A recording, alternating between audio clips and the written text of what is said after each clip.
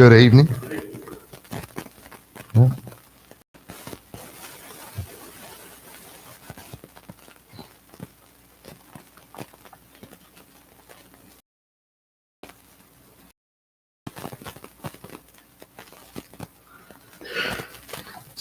Forgot to hit the button there, so start fresh now. Good evening to you, and hopefully we've all had a good day to start with.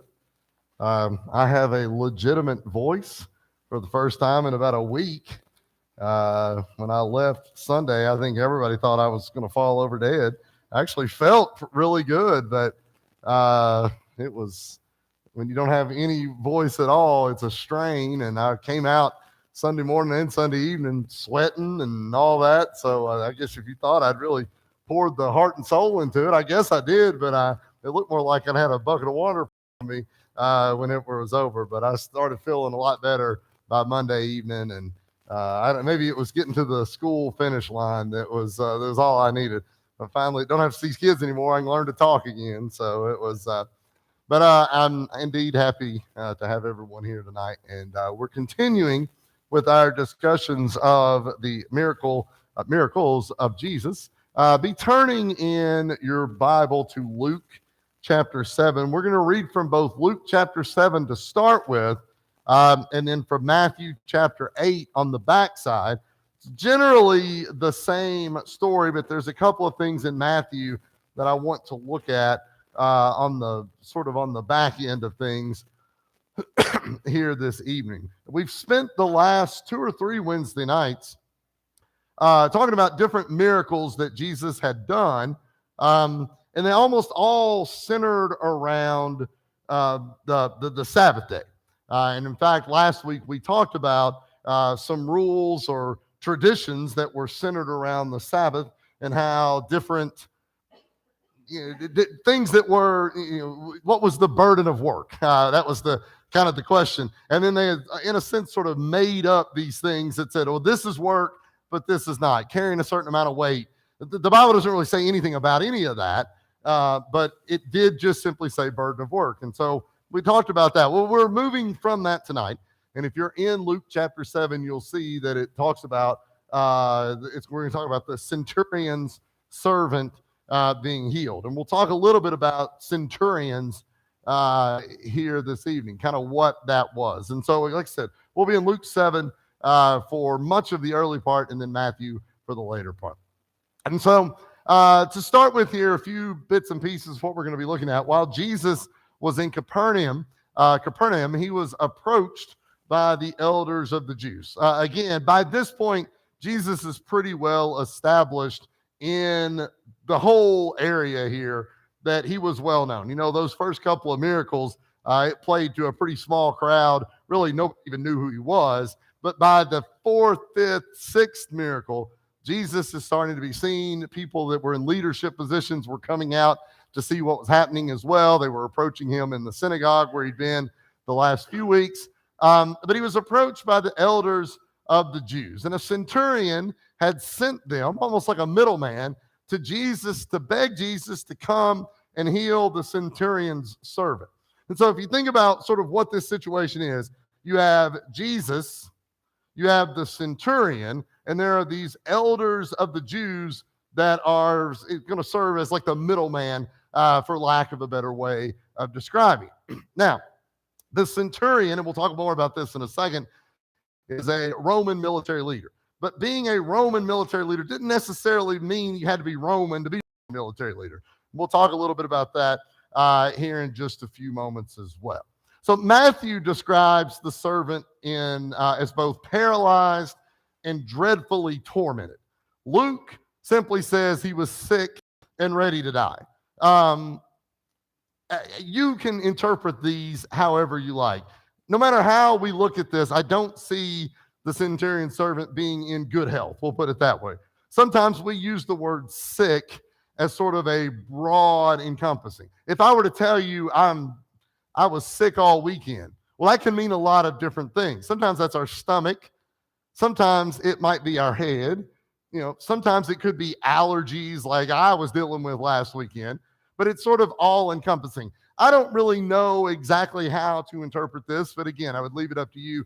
But paralyzed, sometimes paralysis in the Bible doesn't necessarily mean paralysis the way that we sometimes think about it, where you had a spine injury. But paralysis in the Bible, sometimes it seems to me like it's almost just laid up with illness. But whatever the case is, the centurion's servant is not in a good place. Okay? So let's talk a little bit about these centurions before we go any further, because we see the word centurion mentioned here. We see the word centurion mentioned several times in the Bible, and I want to talk a little bit about what they were. In the Roman army, a centurion was a commander of 100 legionnaires, okay? Heavy infantrymen in the army. When we talk about, that's where the word century, we talk about 100 years being a century, that's where this term comes from. But it was a commander of about 100 men, heavy infantrymen. This is the kind of uniform that they would wear. As you can see, you got a helmet, you've got a coat, a breastplate here. I don't think this is the way mail. I don't think that's the word you would use right there, but it's some kind of metal. You've got shin guards here as well. When Paul talks about the breastplate of righteousness and all that, he's sort of modeling it after what the centurion has on. Historically classified as 100 men, the number changed over time, and by this time, it was typically a contingent of about 80 men rather than a 100 men during this Roman imperial period, which is when the Bible was taking place. I found that out. That was an interesting thing to sort of see as well. But sometimes words stick, even if you change something there in between. But bottom line, you've got a man controlling a sizable amount of people. In a Roman legion, centuries, that was what you had here, were grouped into cohorts and commanded by the senior-most centurion. And so there was a level of sort of high rankingness to this man. And so we don't know a lot about the centurion that we're going to read about in Luke chapter 7, but clearly he's probably a very high-ranking person, probably a little older, and old, you can determine that by age. I don't really mean that, but more experienced in this. So he's been in this Roman army for a long time. Centurions were both served in the army and the navy, and they were considered professional officers. What do you interpret that word professional there to mean? It's a career thing. We use the word professional to talk about being paid. What is our profession? But this is a career thing. This is not a, I'm going to serve a few years and then get out. We know people that were in the military, after college or after high school or whatever, and they say, I'm going to serve for 4 years, and I'm going to go to college, I'm going to do this or that. That's not professional. But we also know people that have served for an extended period or maybe retired from, that would be professional. And so these centurions, this guy is going to fall under that category as well. The last one here, centurions had power to discipline Roman citizens as well. And they used what's called a vine staff. I didn't get a picture, and there wasn't a great picture of a centurion holding one for this, but it was a staff or a stick about 3 feet in length. So think about something that's going to come up, maybe to your chest or waist, depending on how tall you are. You could strike troublemakers with it. Now, I just want to be real honest. I want to have a serious yes or no answer. Would you like to have a vine staff to strike troublemakers with from time to time? I'd say we probably all would at some point, right? Stop that right now, right there. So,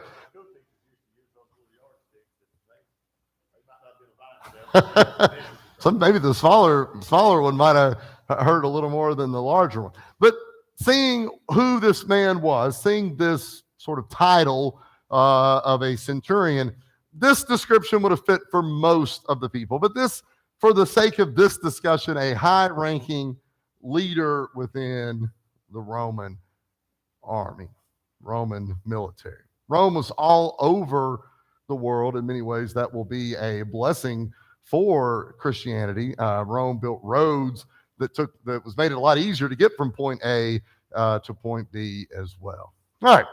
This particular centurion would have been a Gentile because he'd said, I'm not worthy that you should enter under my roof. We'll see that in Luke chapter 7 in verse 6. When we say Gentile, we simply mean what? Foreigner, not Jewish. All right, somebody who would have not been Jewish right there.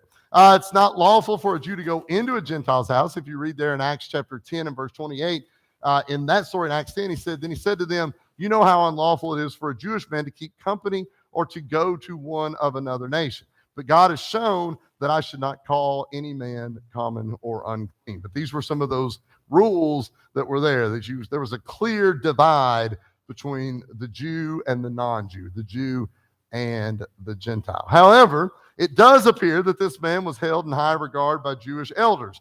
We'll read why. It said he had built their synagogue and loved their nation. So I don't think he's definitely not Jewish, but he sent Jewish elders to talk to Jesus. And so those people probably wouldn't have done that had there not been some kind of relation there. He had built their synagogue. I don't know that necessarily means he was the only one that did it, but he was prominently involved there as well. And of course, what we're going to see most of all is he had great concern for his servant. And that's something that we the Bible. Sometimes servants and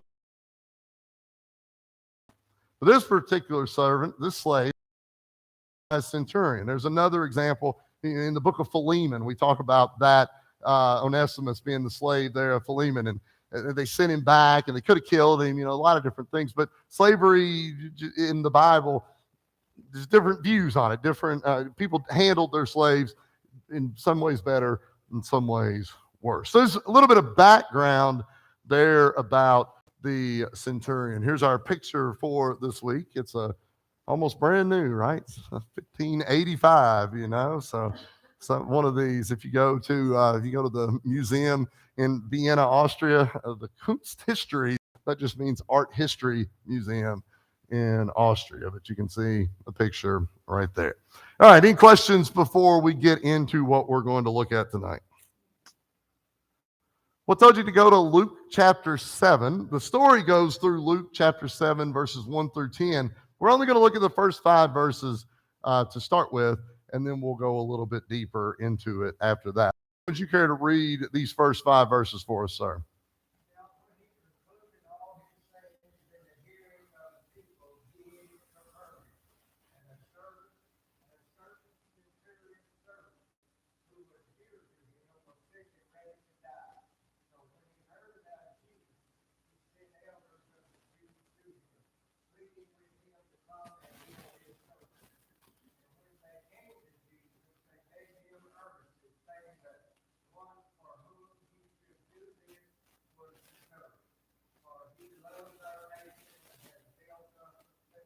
All right.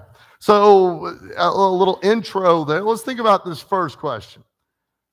This centurion sent the Jewish elders to come to talk to Jesus about healing the centurion's servant. All right. So they considered him worthy because obviously if somebody comes and asks you a question, you can either say yes or no, right? And sometimes we say yes because we feel obligated, and sometimes we say no because we don't want to. But they have clearly went on behalf of the centurion. So our question to start with, why did they consider the centurion worthy of this act? All right, they say we have 2 things right there. The first one was that said he loved their nation. And the second one, thank you, Lucille, that he had built their synagogue. Let's talk a little bit about the word nation right here. All right, a little bit about the word nation. We sometimes conflate the word nation and country. All right, we live in the greatest country in the world, or we live in the greatest nation in the world. Well, sometimes we get those 2 terms mixed up a little bit. Let's talk about the word nation here to start with. I don't think I have this up here. Nation, 5 categories that make up a nation. All right. You think about each of these 5 things. Number 1, it is a community of people formed on the basis of language. So in a nation, you're typically going to have a shared language. All right. What would have been the shared language of the Jewish people? Most likely Hebrew. There's some that probably could have spoke Aramaic, Greek, maybe even some Latin, but Hebrew would have been the consolidated sort of language that if you walked into any Jewish house, you would have been able to have probably gotten by. Number 2, would have a shared history. What is the bulk of the Old Testament? This is a Jewish history, okay? And especially when you go beyond the book of Deuteronomy, you have, Joshua, Judges, Ruth, you have 1st and 2nd Samuel, 1st, 2nd Kings, 1st and 2nd Chronicles. Those are shared histories. Why is it that somebody like Jesus, somebody like Paul, somebody like Peter, when they quote Old Testament scripture in the New Testament, why is it that they were quoting so much of it? Why did they quote so much Old Testament teachings? They were very familiar with it. They could mention something that might have been in Isaiah or that might have been in the book of Joel, and the people that were hearing it would have said, I've heard of that before. Well, when you think about a shared history, we kind of have the same thing, right? If we tell a story about George Washington, everybody's like, I know who that is. I don't know everything, but I know who that maybe is there as well. So that's the second thing that they would share. Third, they would share a same ethnicity in a nation. And I don't want to get too deep into ethnicity here necessarily, but it's shared attributes of a group of people. A lot of times skin color, but not necessarily. Sometimes it's ethnic. No, it's not necessarily skin color, but it can be. Number 4, a shared culture. Okay? When we say culture, what do we mean? What is a culture? Way of life. Okay? Any other thoughts on a culture? Traditions, what you've traditionally done. Any others? So it doesn't necessarily mean that everybody would do it, but why do we often have cookouts on July the 4th? It's a tradition. It's a celebration of a holiday, so you jump back on that history thing, but it's something that if I were to call you on July 4th and say, I need you to come help me with something, you're like, oh, we're having a cookout today. I wouldn't be surprised by that answer, right? So that's a cultural connection. The Jewish people would have had that as well. And then there would have been a shared society. Okay, when we think about society, that's where these Jewish elders were. They were people that resonated or had power within the society. In many ways, Jesus was sort of upending that society in what he was doing. So when we use the word nation here, when they say that he loved their nation, what they're saying is he had a love for the Jewish people. Now, there is a country of Israel that exists today.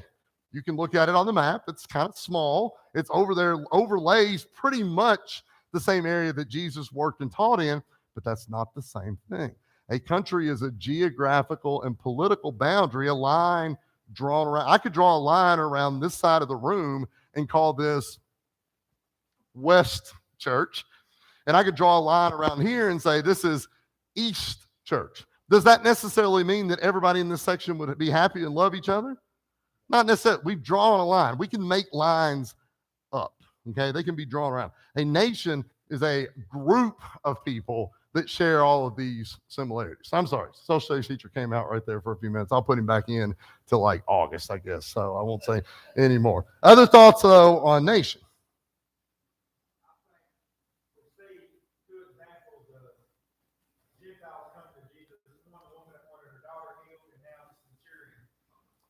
Both wanting Jesus tells the woman, first want to go to the children of Israel and kind of reduce her till she finds this. We don't see the Centurion, but I think that's because Genesis, God said, anyone that blesses Israel, I will bless them. And we see here Jesus fulfilling that promise, guys, that I'm blessed in Israel. Mm-hmm. Not only did he dwell among them, nice people provided for them. Right.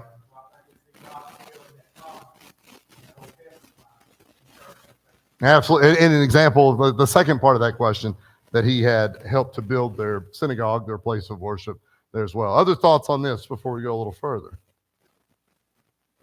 Okay. Let's look at Luke 7, verses 6 through 8 then. Connie, do you care to read this one?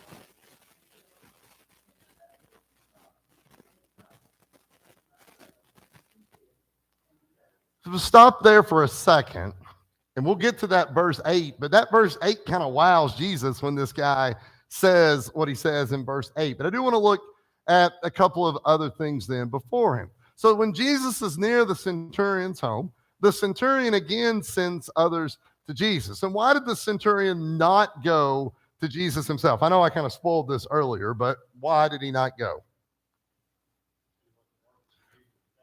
Said he wasn't worthy for Jesus to come into his house. Now, we talked about sort of that divide between Jew and Gentile, but I don't think that's necessarily what we see here. Why do you think he says, I'm not worthy of you coming into my house?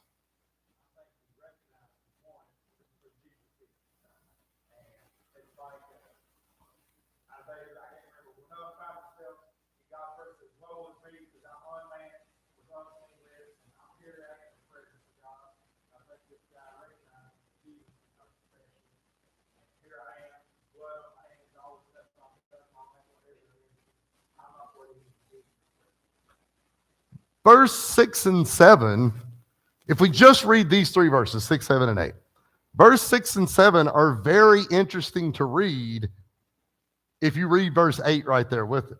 Because he says, I'm unworthy to come into your presence. But in verse 8, it talks about how that this man could basically, he could say, you do it, you go, you stay, you come, you go, whatever would be. But this man was so confident in what Jesus could do in verse 7. He believed Jesus could heal his servant in what way? Just by saying the word, right? Just by a spoken word. Have we seen that in our miracle study so far? We're on the 10th one, I think. Have we seen it? Where did we see a spoken word healing? Take up your bed, okay. What about Peter's mother-in-law? Okay. What about the man? Was it the man with the son? Like the that's what it was. Yeah. And so we have all of these things. So we've seen Jesus heal in several different ways, and there is some of that touching, and there is some, but there's a lot of just. And this guy was confident enough. Maybe we would say he had enough faith that he felt like Jesus could just say it. Doesn't have to be in the house. Just be somewhere. That'll work. Go ahead.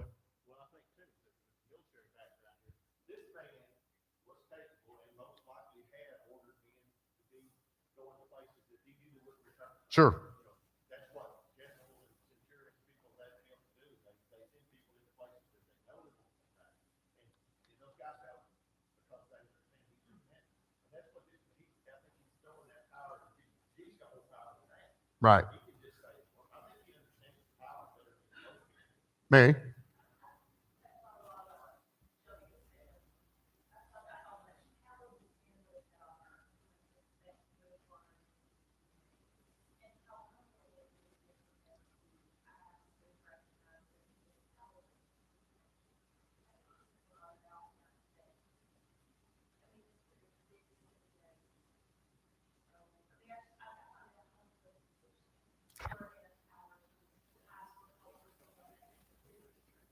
Absolutely. We're gonna hit on that a little bit at the very end, but I think it's a good point to say. Go ahead, Boo.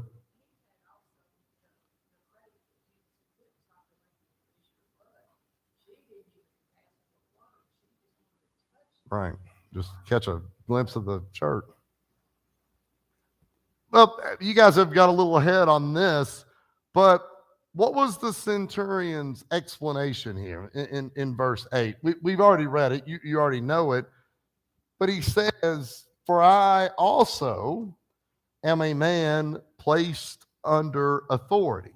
I think there's a recognition there that Jesus is working under whose authority? The authority of God. So do you think this man believes that Jesus was the Son of God?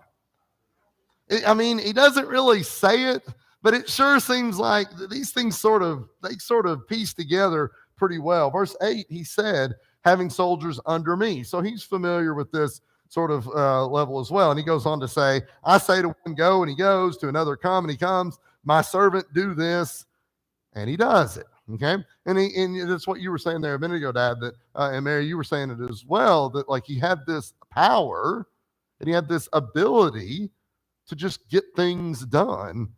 And he's seeing that in Jesus as well. Let's look at the last two verses of Luke chapter 7. Lucille, do you want to read these? It's Luke 7, 9, and 10.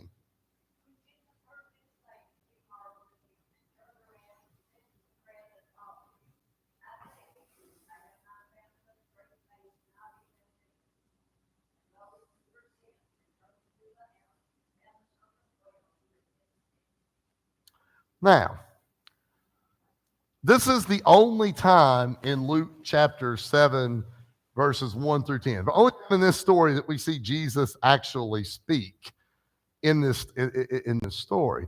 He says, I will say to you, I have not found such great faith, not even in Israel. The word there at the start, it said that he marveled at him. We see this twice. We also saw it in Mark chapter 6. The only two times we see Jesus marvel at anything. What do you think it would have took for Jesus to marvel?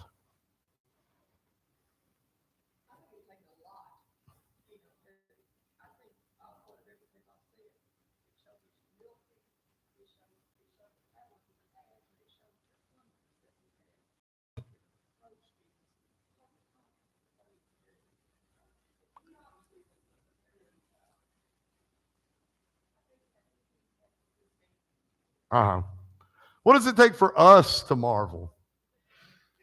What makes us marvel?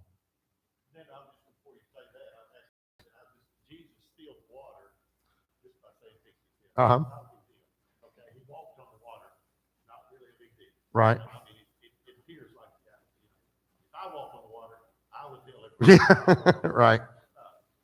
But for us, we marvel sometimes pretty easy. Yeah, absolutely. Baby's first steps, Yeah. we see the baby's first steps, the baby rolls over. Yeah. Things like that. And we call everybody to tell them. Yeah. No kids ever walked until mine walked, right? Or they did, but it wasn't really the same as mine. But we marvel pretty easily at that. But I feel like, if we saw something, for the 18th time, we probably wouldn't marvel quite as much. But Jesus was there from the beginning, so it's going to take a lot for him to marvel. He marveled at his explanation of faith. What did Jesus then tell the people? Because Jesus stops. He's talking to this man, if you can interpret and think about it that way. And it's almost like he turns around and says, what do you tell him?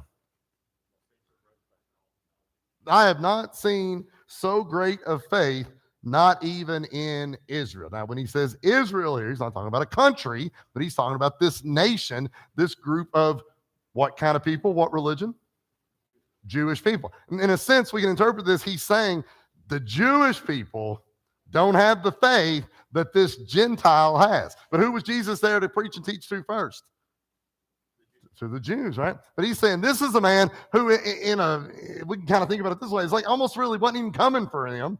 And he's more impressed. He's got more faith than anyone right there. That's a bold statement, because clearly by this point, Jesus has a pretty good following of people who have a lot of faith in what he's doing. What happened then in the last verse, verse 10? What happens when they return to the house? The servant had been healed. It says the servant was well, found the servant well who was sick. I'll get that right here in just a second. This is similar to Jesus healing the nobleman's son. That was the answer I was going for from you a minute ago, right there as well. I want to turn, though, for a second to Matthew chapter 8. In Matthew chapter 8 is the Matthew account. It's verses 5, it'd be 5 through 13, but only 5 through 9 here to start with. Because I want to look at this idea of faith in the Jewish people, but also faith in the Gentile or the not Jew. And I want to think about what we read here and how this is kind of the first time in Jesus's miracles that we start to see a crack or an opening in the door that Jesus is going to be for the Gentile as well. Now, we know that, and it's one of those things, after you've read the book, you kind of know what happened back when. But if you try to read the Bible almost as if you're living in it at the same time, This Matthew chapter 8 will be one of the first times that we really see the door sort of swing open for other people. Let's look at Matthew 8, just these handful of verses to start with. Jill, do you want to read these, please? Matthew 8, 5, just through 9. Yes, it's up here. Yes.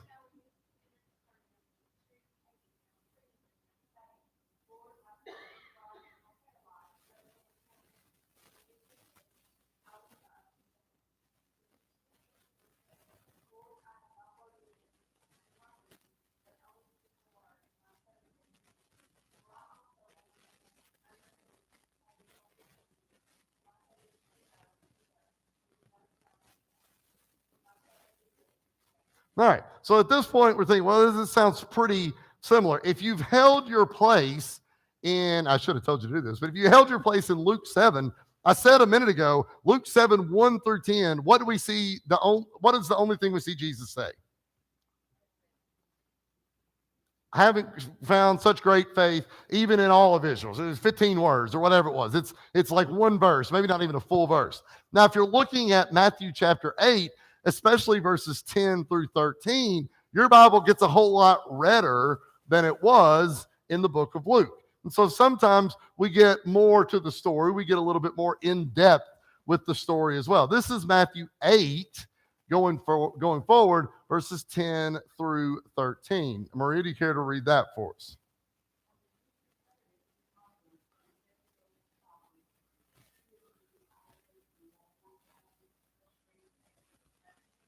Stop right there for a second. Now, so far, that's the same thing we heard from Luke, right? I mean, it's really just word for word. But you'll notice, like I said, we get a lot redder here. We get a more in-depth description of it. Maria, pick back up there. Sorry to interrupt you.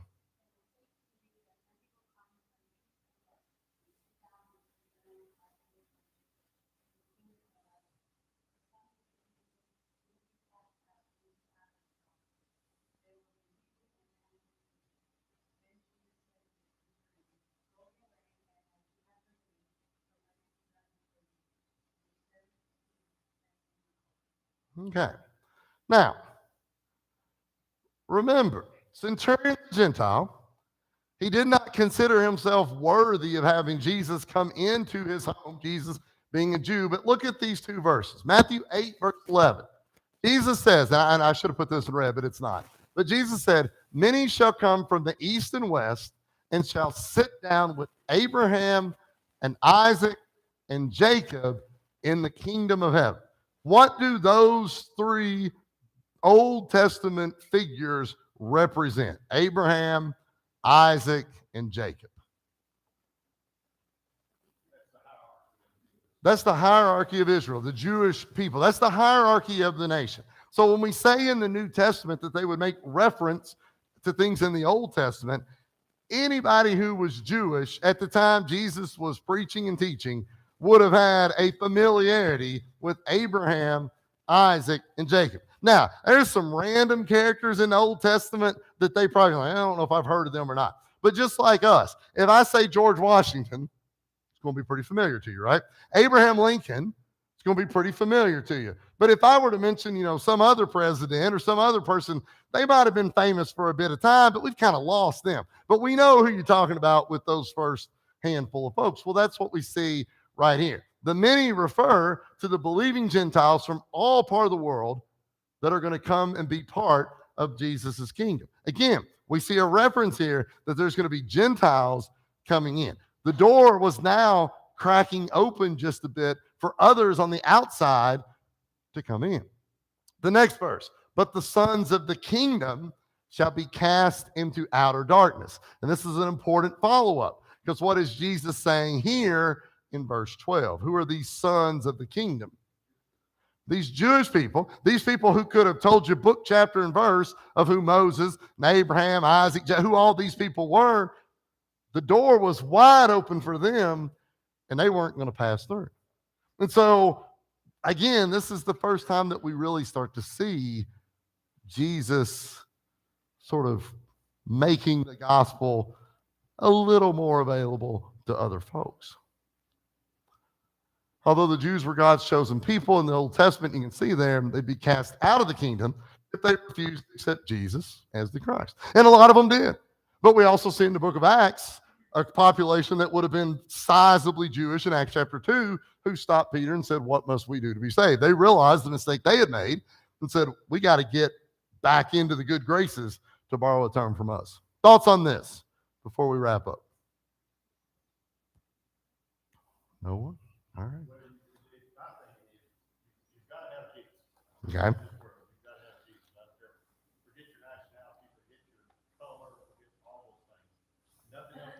Mm-hmm. Yes, ma'am.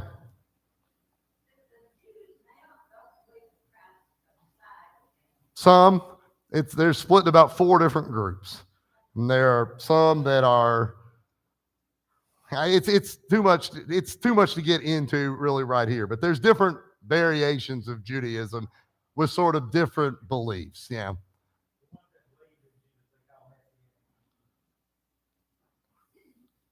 Let's go home with a few things here like we usually do. Number 1, lesson for us to live with is to understand authority. This centurion had a lot of power, right? I mean, you would even describe him as one of authority because he said that he was this leader right there. But he also recognized that even though he has a lot of authority and a lot of power, he couldn't do everything, right? His authority had limitations. What kind of authority did the centurion have? Yeah, it's a military authority. It was earthly. He could tell the soldiers, like you were saying a minute ago, we're going to go into here. And he might have told them, and he might have kept it to himself, but he might have thought, some of you ain't coming back. This is going to be a difficult and challenging thing. We even saw upside the head if you was acting up here from there. He had no power to heal, right? I would imagine as a military leader, he might have had some concept if somebody had a cut or a scrape, maybe fix this up and get you back in there. But he had no authority, no power to be able to heal.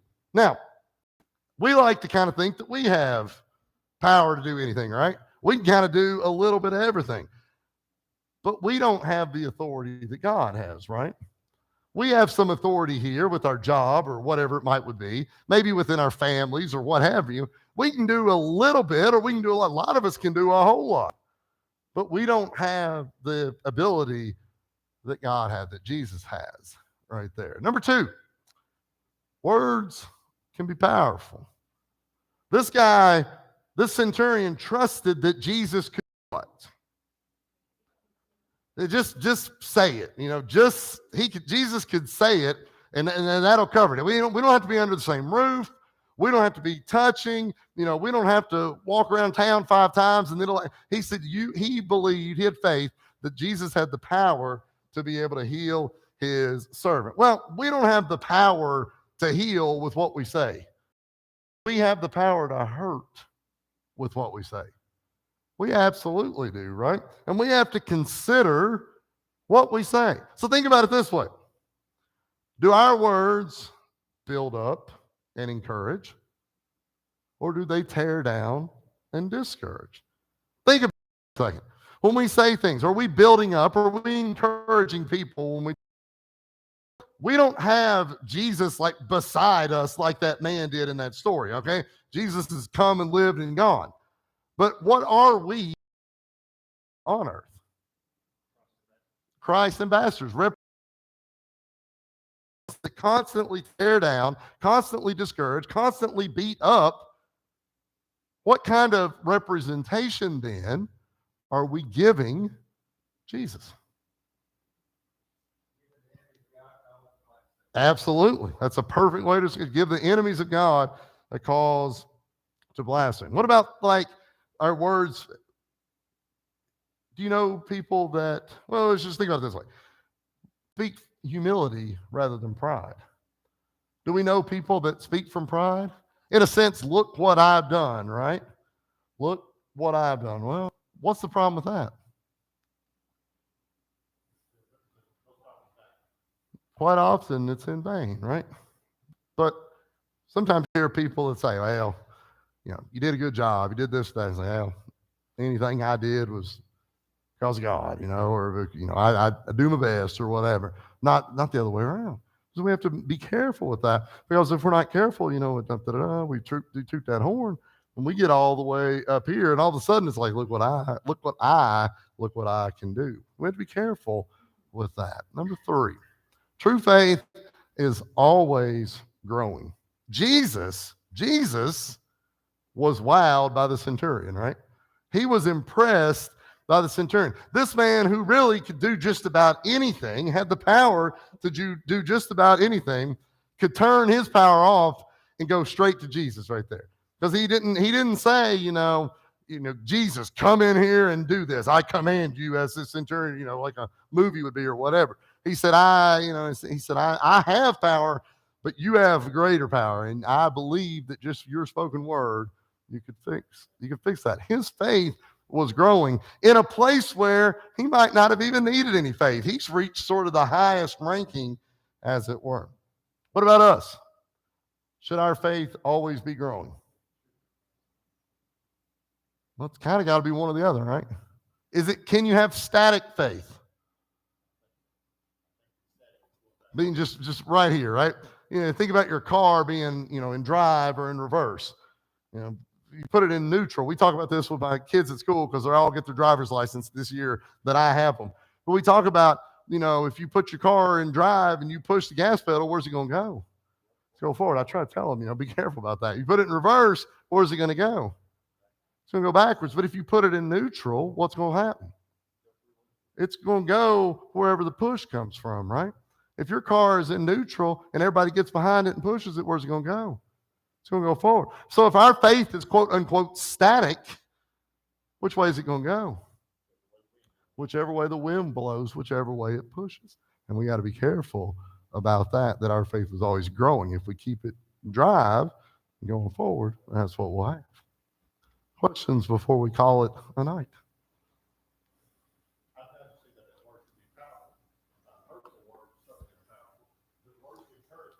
Mm-hmm. Absolutely. Sure.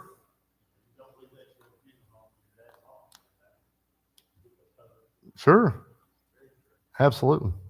Other thoughts before we go home? Thank you so much. We'll continue with our study next week.